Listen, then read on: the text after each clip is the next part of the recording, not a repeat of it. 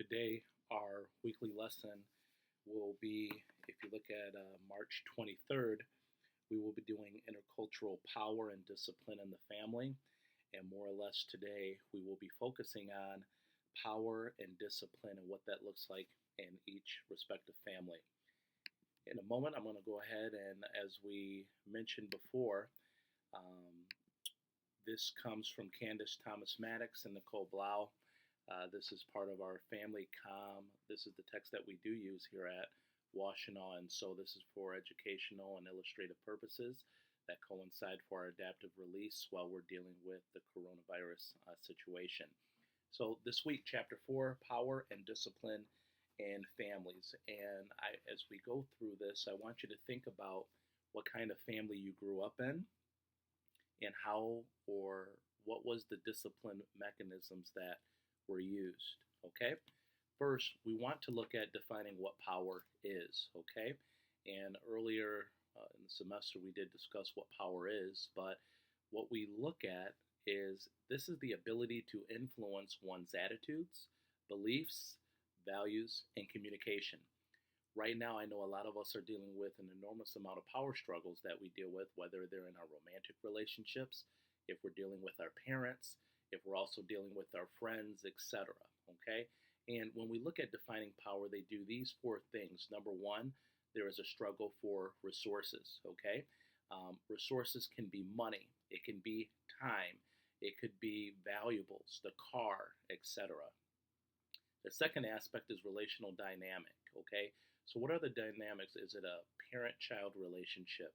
Is it a brother, older sister relationship? Is it a relationship with your current significant other, your wife, your husband, your spouse? Okay. The third part are social pressures. Okay. There's a lot of social pressures that all of us deal with. Take for specifically Facebook and Instagram and Twitter, TikTok, and all of that. There's an enormous amount of social pressures that all of us are faced. So, for example, if you're 35 years old, if you're 45 years old and you've never been married, there may be some societal pressures. Maybe you just don't want to get married, right? But there's pressures that society's place on us. Let's say, for example, you bought your first home and it was $80,000 and you're making six figures. You don't want to move your house, but all your friends are upgrading and living their best life and getting a 4,000 square foot home. So how do you deal with those societal pressures? And then lastly, our role issues. So when we look at power in the family specifically, who does the laundry, who cooks dinner, who is doing the child, dealing with the children. We all know that we could go to one parent typically, and we could get a different outcome than going to another parent. We knew who was strict and who was maybe more laissez-faire, if you will. So when we define power, it's the ability to influence one's attitudes, beliefs, values, and communication. So let's look at power in relationships. We have perceived, actual, and granted. Okay? So when we look at perceived power, these are perceptions of power which are highly influential. Okay? Do you have power and the other person does not assign or perceive you as having power? So, for example, a child who fails to adhere to parents' rules does not perceive parents to have the power. And some of us parents have been here before, right? Where we have a child who fails to adhere to our rules. And thus, that leads to the parents not having the power. I remember being a man, you all know that I've served management roles in the corporate retail environment. And I'll never forget one day I was walking through and there was one of my cashiers was ringing up a customer. And it was a little girl and a little boy who were in the cart. And they both proceeded to grab candy bars. I think one was a Baby Ruth and the other was like a Kit Kat or something like that. At any rate, they both picked up the candy and said it. And mother appeared, and we're not going to be judgmental. She appeared to be probably under 30. So don't make a judgment yet, because some of you all already made up in your mind how this altercation is going to go. Or not really altercation, but communication event. Nevertheless, the children, rather, put both of the candy bars up, and mom said, no, we haven't had dinner yet. Me and the cashier kind of look. I said, how is this going to go? And the little girl proceeded, I want this candy bar now. The mom had put it back on the shelf. The child got it back. Can you take a guess? Did that mom buy that candy bar for those two children? She did in that instance, right? So who had the power? So we have perceived power, and then we'll talk about actual. Some of us wouldn't play that game. Some of you out there would have a zero tolerance, and that just wouldn't have happened. So I'm not judging you based off of whether your child does that. We all have opportunities when it comes to raising our kids, but that's an example of perceived power. Okay, if they know that they're going to be grounded, you're going to take away the Nintendo Switch, you're going to take away the iPad, those children likely, not always, probably would fall in line with you. Then let's look at actual power. This is often assigned based on a role. So this can be a title or relationship status. So this could be your mommy or daddy power, okay? As mothers and fathers, we have the ability to we come over our parents, to a degree because we're next in line, right? And so a lot of us have actual power too when we look at our relationships that we deal with. So a father or a mother would be able to inflict certain rewards and punishments more or less than an aunt or an uncle or even a grandparent. Now, this doesn't mean that grandparents don't have a lot of authority. Mine specifically, it was so funny. My mother-in-law had mentioned she likes to sit down with our kids and do timetables and those type of things. And he gets dramatic when it's with my wife and I. However, she had stayed with us a weekend, and she had made a comment. She goes, "I don't know why he's being dramatic with you because he doesn't do that with me." And quite frankly, those are kind of those truths, if you will, where children can sniff that out who has the actual power. Okay. Thirdly, let's look at granted power. This is power assigned by others. You may or may not coincide with your actual power. So this could be siblings grant power to the youngest sibling to make a decision in a stressful situation. As the youngest, he or she may not perceive themselves to be in power in the family role. And we kind of granted my sister this power. She planned our mother's 60th birthday. And so normally I'm pretty active and I would have taken the lead on that. But my younger sister took the initiative there. We kind of granted her that power, if you will. But they kind of anointed me when we had to bury our late father. I became the executor of the estate, and so they granted me that power, if you will. So granted power is assigned by others. So this slide you want to focus, and this is very important. A lot of you all who work in the corporate business sector may be familiar with French and Raven's power bases. These are the 5 power bases, if you will. You have reward power, coercive, expert, legitimate, and referent power. And we did discuss this in previous seminars and lectures in the class. But first, let's take a look at what reward power is. Reward power is granted because of one's ability to offer rewards or incentives. So, for example, you complete a chore so that your parents will give you the keys to the car or gas money. You may say, "Hey, hon, if you fold the laundry, I'll make sure that I do X, Y, Z," or whatever it may be. You kind of get it. Essentially, kids, if you clean your room, you can play the Nintendo Switch. That's an example of reward power. The second form of power is coercive. This one I want you to focus on is negative, but this is granted because of one's ability to inflict or use punish or remove rewards. So, for example, you may clean a sibling's room so they don't tell on you for breaking a curfew. One that brings up a pretty interesting situation that I've heard of is that, people, I don't want to say it's necessarily a threat, but someone's got some intel or something on you. So they say, "Hey, you know what? I'm going to tell mom about such and such if you don't give me $20." And some of us have been coerced, if you will, before. The third power basis is expert power. This is granted based on one's expertise and knowledge. A parent who lets a child choose a family computer because of their technology expertise. Some of your children know how to work your phone better than you, okay? And they could be the expert. We also see this too as well with students who are bilingual, more specifically. Their parents may not be native English speakers. However, their children are bilingual. And so oftentimes I remember when I was selling investments and insurance, I remember a time where I was speaking to a Hispanic family and literally the child was talking to me in Spanish and translating to the parent. And I found that to be enormously remarkable because here you had a child, I'd say he was no older than 12 or 13, translating. And so I'm sure that mother and father relied on their child for expert power. We also see this right now with Dr. Fauci, who's helping leading the national crisis that we're dealing with coronavirus.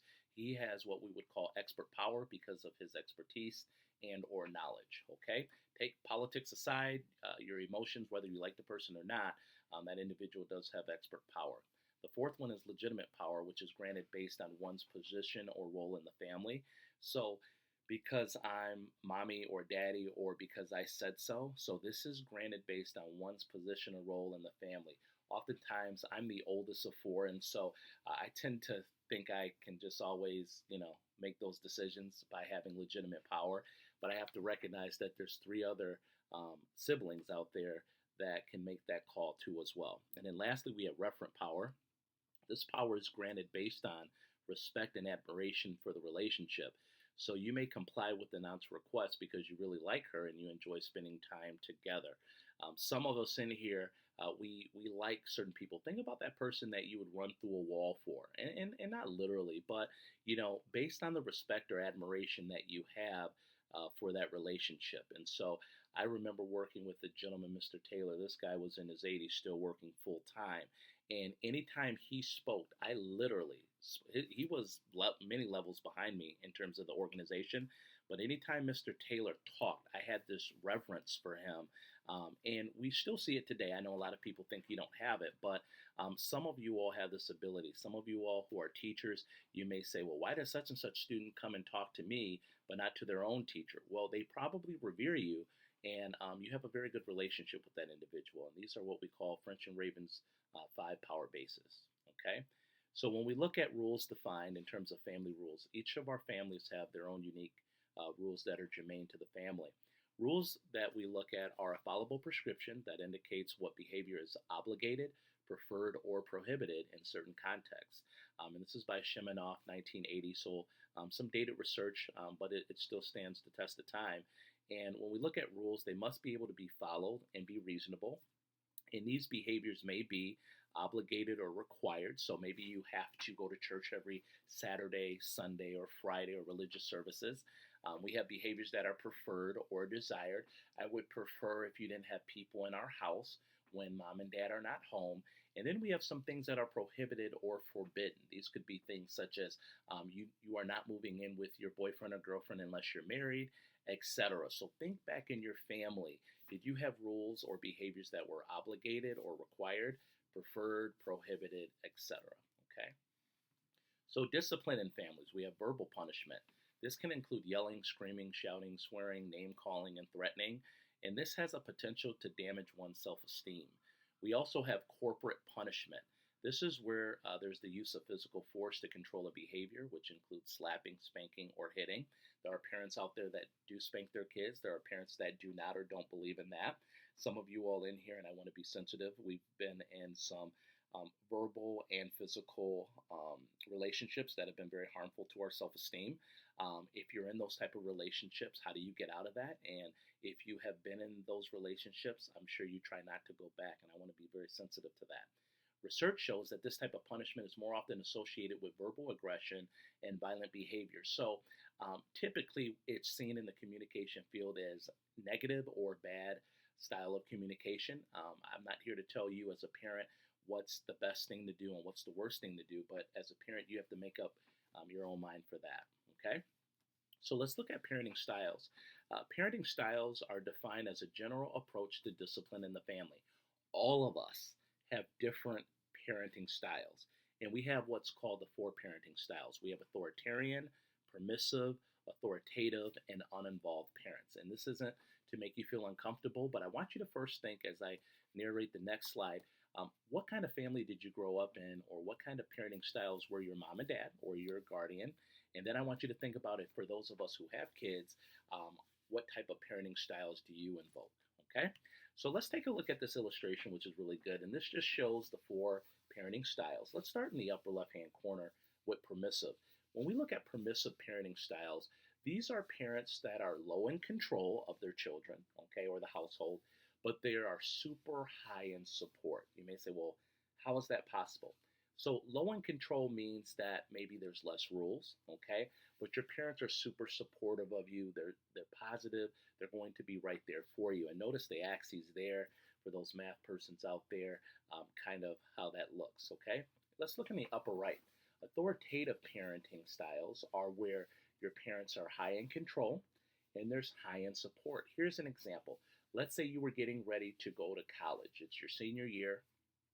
You really want to go to Michigan, but mom and dad went to Michigan State, okay? And we're just using that as a rivalry. Well, high in control, they're saying, we're going to support you, but you're going to Michigan State. Some of us have been in those authoritative families where they are super supportive, but they're high in control, meaning mom and dad are alums of Michigan State. So although we recognize and we know that you want to go to Michigan, you are going to Michigan State. That's where we're sending our tuition dollars. Let's take a look at the bottom left, uninvolved parenting. These are parents that are low in control, so low rules, minimal rules of that, and they're really not supportive. I want to be sensitive because all of our families have these four types. If you look at our whole entire family extended, we all can point to our cousin there, aunt, uncle, etc. Uninvolved parent, and I don't want you to think these parents are bad or there's one that's better than the other, but uninvolved parents are very low in control and low in support. You know, they may say, "Hey, let's use the same college example." They may say, if we're looking at it low in control, "Hey, go wherever you want to go." But unfortunately, if you don't want to go, you don't have to, which shows that low support. And then authoritarian. This is where it's high in control, low in support. So going off of college, again, you better go to Michigan State.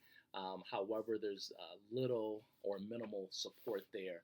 And these are what we call the four parenting styles. So Marwell and Schmidt have 16 compliance gaining strategies in terms of getting people to do things that you want them to do. And this is defined as approaches used to influence behaviors, attitudes, and communication. So the first one is rewarding activity, punishing activity, expertise, activation of impersonal commitments, activation of personal commitments. And let's take a look at what those look like more specifically. Okay, so compliance, levels of influence. This is where you agree with request in order to receive an award or avoid punishment.